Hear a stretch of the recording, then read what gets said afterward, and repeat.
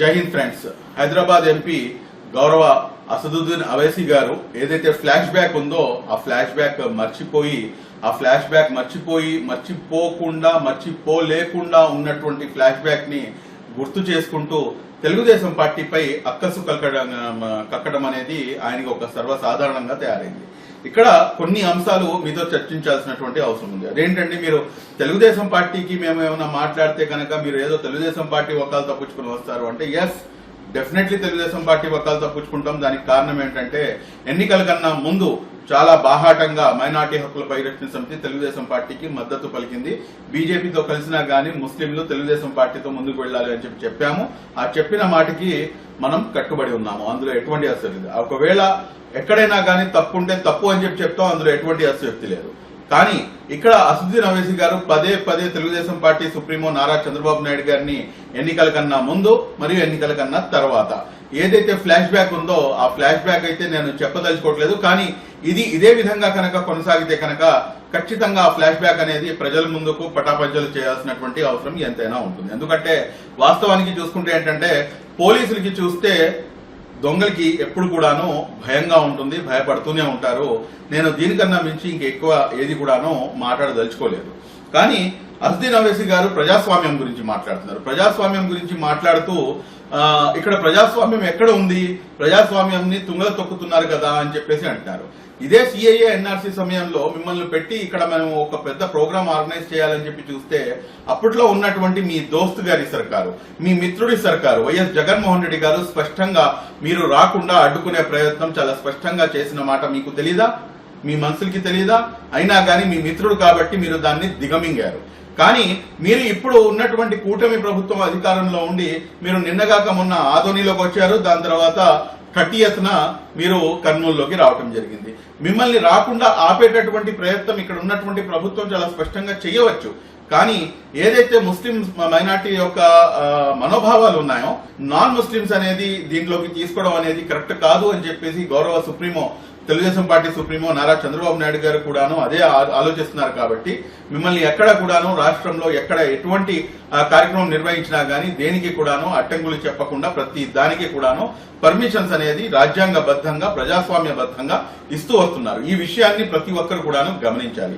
అంతేకాకుండా ఇప్పుడు ఈయన మాట్లాడుతున్నటువంటి మాట ఇంకోటి ఏమిటంటే, తెలుగుదేశం పార్టీలో ఉన్నటువంటి ముస్లిం నాయకులు అదేవిధంగా తెలుగుదేశం పార్టీకి సపోర్ట్ చేస్తున్నటువంటి వారు తెలుగుదేశం పార్టీ నుంచి బయటకు వచ్చేయాలి అని చెప్పేసి మీరు చెప్తున్నారు. మరి ఇప్పుడు మీరు ఇదే మాట కనుక మీరు సిఐఏ ఎన్ఆర్సీ సమయంలో 33 మంది ఎంపీలు అటు రాజ్యసభ మరియు ఇటు లోక్సభ రెండిట్లో కూడాను సిఐఏ బిల్లు పాస్ అవడానికి సిఏబి కాస్త సిఏఏగా అమెండ్మెంట్ యాక్ట్ గా తయారవడానికి ఏదైతే ప్రోత్సహించినటువంటి పార్టీ అందరికన్నా ముందు వరుసలో ఉన్నటువంటి పార్టీ వైఎస్ఆర్ కాంగ్రెస్ పార్టీ అన్న సంగతి మీకు తెలీదా? అప్పట్లో మీరు వైఎస్ఆర్ కాంగ్రెస్ పార్టీలో ఉన్నటువంటి ముస్లిం నాయకులను మీరు బయటికి రావాలి అని చెప్పేసి, మీరు వైఎస్ఆర్ కాంగ్రెస్ పార్టీని విడనాడాలి అని చెప్పేసి, మీరు దాన్ని రాజీనామా చేసి మీరు బయటికి రావాలి అని చెప్పేసి మీరు అప్పుడు కనుక పిలిపించుంటే కనుక మీ యొక్క చిత్తశుద్ధిని మేము శంకించేవారం కాదు.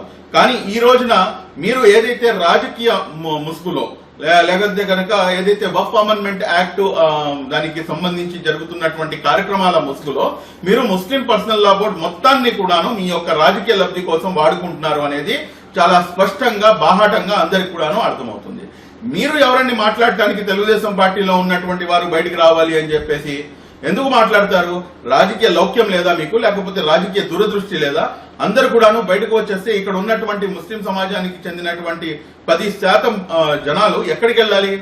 ఏ పార్టీ అధికారంలో ఉన్నటువంటి పార్టీని విడనాడాలని చెప్పేసి మీరు పిలుపునిస్తున్నారంటే, మీరు మీ యొక్క దోస్తు కోసం ముస్లిం సమాజం యొక్క ఏదైతే ఆర్థిక రాజకీయ పరమైనటువంటి అంశాలు ఉన్నాయో వాటన్నిటినీ కూడాను మీ దోస్తీ కోసం మీరు తాకట్టు పెడుతున్నారు. ఇది వాస్తవం కాదా? ఇది ముమ్మాటికి ఇది వాస్తవము.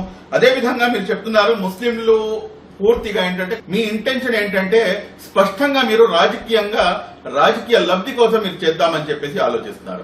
ఇంకో మూడో అంశం ఏమిటంటే, మీరు ఏ రకంగా అయితే మీరు బయటకు వచ్చి వైఎస్ఆర్ కాంగ్రెస్ పార్టీకి మద్దతు ఇవ్వండి అని చెప్పేసి మీరు డైరెక్ట్ గా మీరు ఎన్నికల కన్నా ముందు, ఎన్నికలైన 1 సంవత్సరం తర్వాత మీరు పిలుపునిస్తున్నారో, మీరు ఒక విషయాన్ని మీరు గమనించాలి.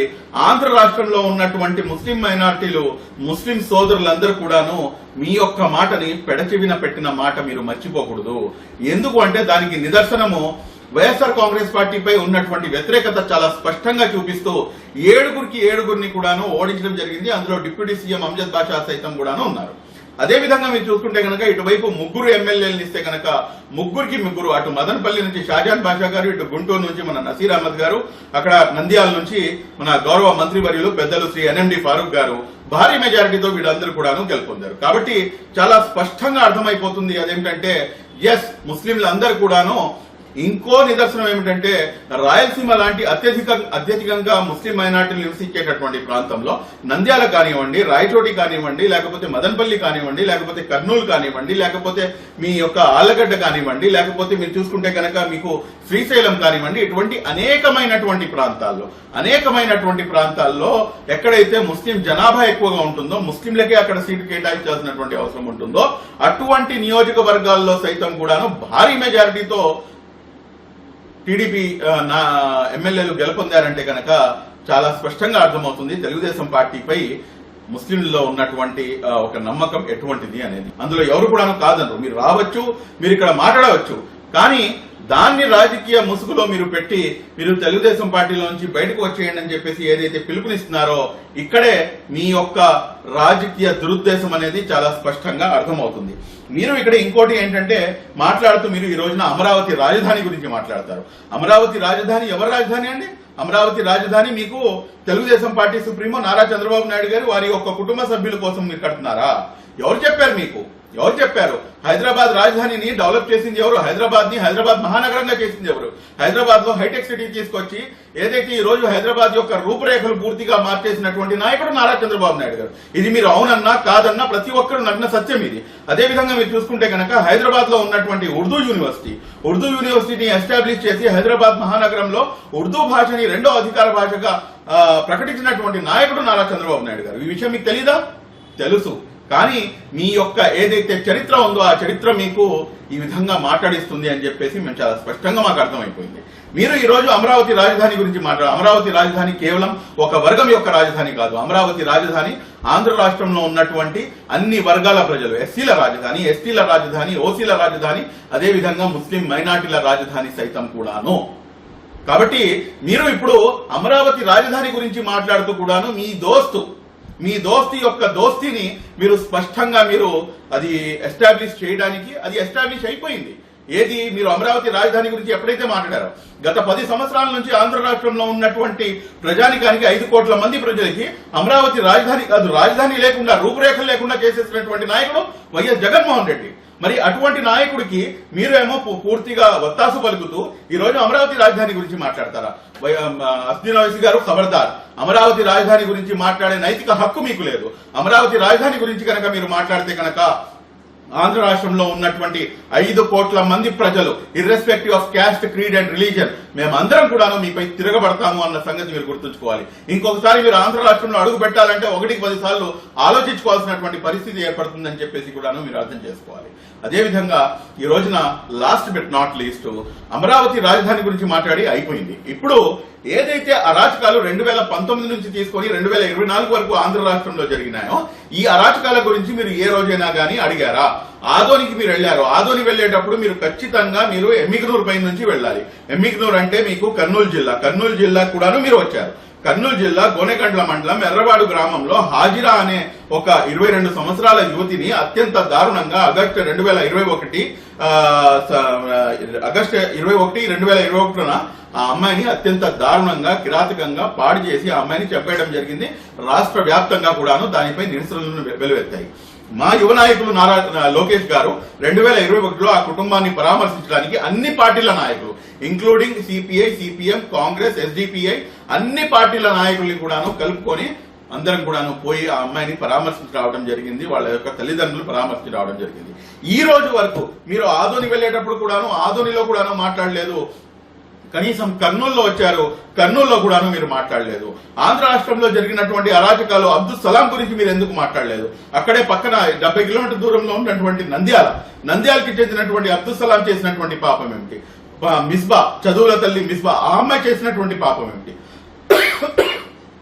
ఇవన్నీ కూడాను మీకు ఏది కూడాను కంటికి కనిపించవు. కానీ ఏదైతే అరాచకాలు గత ప్రభుత్వంలో జరిగినాయో ఈ ప్రభుత్వంలో నారా చంద్రబాబు నాయుడు గారు 11/11/2024 నేను స్వయాన నారా చంద్రబాబు నాయుడు గారికి అసెంబ్లీలో కలిసి ఆయనకి ఇచ్చినటువంటి ఒక వినతి పత్రంలో ఆయన ప్రతి దాన్ని కూడాను ఓకే చేశారు. అదేమిటంటే ఏదైతే ఇబ్రాహీం కుటుంబం, నసరావుపేటలో ఉన్నటువంటి ఇబ్రాహీం కుటుంబం వక్ఫ్ ఆస్తులను పరిరక్షణ చేస్తుంటే ఇబ్రాహీం కుటుంబాన్ని వైఎస్ఆర్సీపీ నాయకులు చంపేశారు. అదే విధంగా మీరు చూసుకుంటే కనుక మిస్బా కుటుంబానికి, అదే విధంగా హాజిరా కుటుంబానికి, అదే విధంగా అబ్దుల్ సలాం కుటుంబానికి, ప్రతి కుటుంబానికి కూడాను 5 లక్షల రూపాయలు మా ప్రభుత్వం తరపు నుంచి ఇవ్వాలి అని చెప్పేసి HCM has been accepted to provide them 5 lakh rupees అని చెప్పేసి సీఎం గారి దగ్గర నుంచి, సీఎంఓ నుంచి నాకు లెటర్ వచ్చిన మాట వాస్తవం కాదా? ఈ రోజున వాళ్ళందరికీ కూడాను, ఆ కుటుంబాలన్నింటికీ కూడా, అయినా మీకు ఇంకో విషయం చెప్తున్నా, ఇక్కడికి న్యాయం జరిగిందని చెప్పేసి నేను చెప్పను. కనీసం వారికి ఆర్థికంగా వారికి ప్రోత్సాహం అయితే ఇవ్వడం జరిగింది. వారికి కూడాను ఎవరైతే అన్యాయం చేశారో, ఎవరైతే దాంట్లో ఇన్వాల్వ్ అయి ఉన్నారో వాళ్ళని సైతం కూడాను ఈ ప్రభుత్వం ఖచ్చితంగా కఠినంగా శిక్షిస్తుంది. ఈ రోజున మీరు మాట్లాడే మాటలు ఏమిటంటే ఏ రకంగా కూడాను మీరు ముస్లిం మైనార్టీల యొక్క సమస్యలపై, ఆంధ్ర రాష్ట్రంలో ఉన్నటువంటి ముస్లిం మైనార్టీల సమస్యపై ఏ రోజున కూడా నోరు మెదపది. మీరు ఈ రోజున కేంద్రం తీసుకొచ్చినటువంటి నల్ల చట్టమైనటువంటి వక్ఫ్ అమెండ్మెంట్ యాక్ట్ ని అడ్డం పెట్టుకుని ఈ రోజు కూటమి ప్రభుత్వంపై మీరు పైనుంచి కింద మొత్తం కడిగి పడేయాలని చెప్పేసి అనుకుంటే కనుక ఇది మీ పొరపాటు. ఈ రోజున మీరు మాట్లాడుతున్నటువంటి ఇంకో మాట, లాస్ట్ బట్ నాట్ లీస్ట్, ఏమిటంటే మీరు సెక్యులరిజం గురించి మీరు చంద్రబాబు నాయుడు గారు ఎందుకు మాట్లాడలేదు అని చెప్పేసి. మీరు మీకు కనుక కళ్ళు ఉంటే కనుక మీరు డైరెక్ట్ గా మీరు ఒకసారి చూడండి, ఒకసారి గమనించండి. ఎన్నికలు జరిగిన మరుసటి రోజు నేషనల్ మీడియాకి అడ్రస్ చేస్తూ నారా లోకేష్ గారు ఇచ్చినటువంటి మాట ఏమిటంటే 4% రిజర్వేషన్ గురించి ప్రస్తావన తీసుకొస్తే 4% రిజర్వేషన్ కూటమి ప్రభుత్వం అధికారంలోకి రాగానే తీసేస్తారు అని చెప్పేసి అబద్ధపు ప్రచారం, ఇంక్లూడింగ్ యువర్ సెల్ఫ్, మీరందరూ కలిసి కూడాను మీరు అబద్ధపు ప్రచారాలు చేస్తే ఎన్నికలు జరిగి కూటమి ప్రభుత్వం స్పష్టమైనటువంటి మెజారిటీతో 164 సీట్లు గెలిచి అధికారంలోకి వచ్చిన తర్వాత నారా లోకేష్ గారు కేంద్రంలో ఉన్నటువంటి నేషనల్ మీడియాకి ఇంటర్వ్యూ ఇస్తూ 4% రిజర్వేషన్ మీరు మత ఆధారంగా ఎందుకని చెప్పేసి ప్రోత్సహిస్తున్నారని చెప్పేసి ఒక గోధి మీడియా అడిగినటువంటి ప్రశ్నకి నారా లోకేష్ గారు ఇచ్చినటువంటి బదులే ఈ రోజున సెక్యులరిజం ఏంటి అనేది మీకు అర్థం పడుతుంది. ఆయన ఇచ్చినటువంటి సమాధానం ఏమిటంటే 4% రిజర్వేషన్ అనేది సోషల్ జస్టిస్, సామాజిక న్యాయం అంతే తప్పించి మేము మత ఆధారంగా ముస్లింలకు ఇవ్వట్లేదు. ముస్లింలు అత్యధికంగా వెనకబాటుకి గురై ఉన్నారు. మేము తెలుగుదేశం పార్టీ పూర్తిగా వారికి గండగా ఉంటుంది అని చెప్పేసి చెప్పారు. నారా లోకేష్ గారు ఏ రకంగా అయితే మేము గుండెల్లో పెట్టుకుని చూసుకుంటాము అని చెప్పేసి మాట ఇచ్చారో అదే విధంగా ఆయన పెట్టుకుని చూసుకునేందుకు, గుండెల్లో పెట్టుకుని చూసుకునేందుకు ఆయన శతవిధాలుగా కృషి చేస్తున్నారు. ఆయన కృషి సఫలీకృతం కూడా అవుతుంది. నిన్నటిదాకా మొన్న ఇచ్చినటువంటి తల్లికి వందనంలో కూడాను మీ వైఎస్ఆర్ కాంగ్రెస్ పార్టీ కేవలం ఒకళ్ళకే ఇస్తే తెలుగుదేశం పార్టీ అధికారంలోకి వచ్చిన తర్వాత తల్లికి వందనం కార్యక్రమంలో ఎంతమంది పిల్లలైతే ఉన్నారో వారందరికీ కూడాను, ఇద్దరుంటే ఇద్దరు, నలుగురుంటే నలుగురు, ఆరుగురుంటే ఆరుగురు పిల్లలకి ప్రతి ఒక్కరికి కూడాను తల్లికి వందనం అనేది ఇవ్వడం జరిగింది అన్న సంగతి మీకు తెలీదా? ఈ రోజున ఆంధ్ర రాష్ట్రంలో ఉన్నటువంటి ప్రజల యొక్క మనోభావాలతో మీరు ఆటలాడుకునే ప్రయత్నం మీరు ఏమాత్రం కూడా, మీరు మాట్లాడండి, ఏదైతే తప్పు జరిగిందో ఆ తప్పు గురించి మాట్లాడండి. అంతేగాని దాని యొక్క నీడలో మీరు మీ యొక్క రాజకీయ పబ్బాన్ని గడుపుకుందామని చెప్పేసి చూసుకుంటే కనుక ఇది కరెక్ట్ అయిన పద్ధతి కాదు. అస్దుద్దీన్ అవైసీ గారు, దయచేసి మీ యొక్క వైఖరి నారా చంద్రబాబు నాయుడు గారి గురించి, తెలుగుదేశం పార్టీ గురించి మారుతుంది. రాబోయే రోజుల్లో ఏదైతే అభివృద్ధి ఉందో అది కూడాను మీరు రాబోయే రోజుల్లో ఇన్షాల్లా మీరు చూస్తారు. మీ నోటి నుంచి నారా చంద్రబాబు నాయుడు గురించి మీరు పొగడే రోజు ఖచ్చితంగా ముందుంది అని చెప్పేసి కూడాను నేను తెలియజేస్తూ సెలవు తీసుకుంటాను. Thank you very much. జై హింద్.